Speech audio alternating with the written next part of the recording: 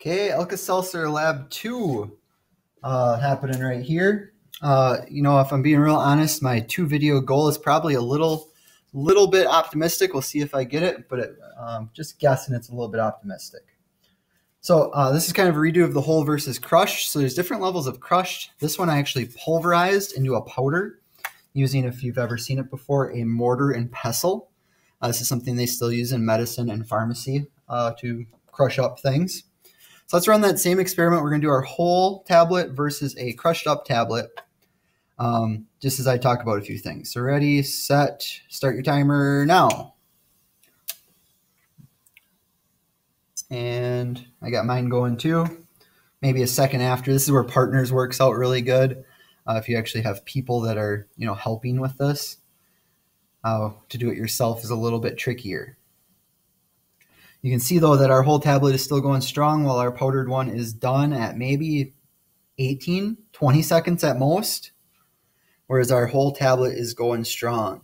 This whole tablet, we actually aren't going to run the whole tablet in regular water anymore today, because now we can use this as a baseline. Now that we have this data available to us, we actually don't need to run this one again. We could if we wanted to, but we're going to save money and not do it. Because we can just come back and use this as our baseline for every single data set today. And looky there, it was around 50 seconds again, just like before. So that makes sense. That's why we don't need to run it again. We can just keep moving along with lab. Cleaning out my beakers in between each trial. I bet that faucet sounds awesome even through the speakers. That faucet probably sounds awesome. So resetting my trials here. Oh, I should actually look to see what my next one is. Hot versus cold. So actually, we don't need that one this time. We're going to do hot versus cold instead. So I've used my water heater to warm up some water. Just tap water again, but now it is much, much warmer. Still around 100 milliliters. And I've used the fridge to cool some water down. So I've actually stuck this in the fridge for a little bit over an hour. It is now very, very cold, or at least, fridge temperature.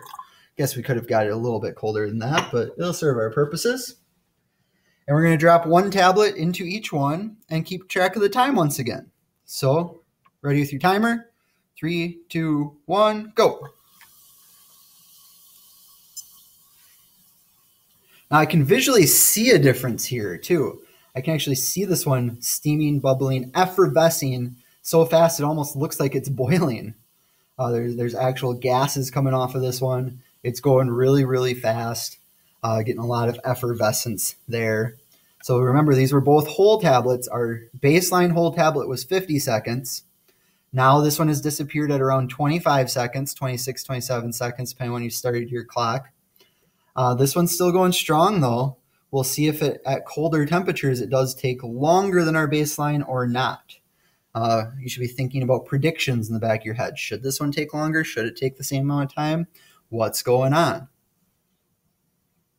So we've passed the 50-second mark, and this one is still effervescing. It is going slower than our baseline one. So if we would have done a baseline one here in the middle, it would have been done already at 50 seconds. I'm up to 60 seconds, and this one is still going with the cold water. So this is part 2. Okay. I think you get the point. That one disappeared finally at about 70 seconds, give or take. And there is our second data set. And that's the end of this video. We'll get the last 2 done on the last video.